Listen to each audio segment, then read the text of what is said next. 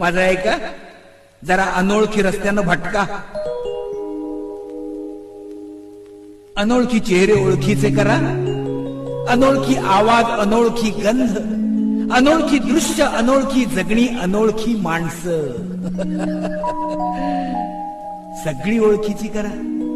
आणि असं कराल ना तर कमीत कमी 5 वर्षांनी तुमचं आयुष्य वाढेल. माझं आहे का?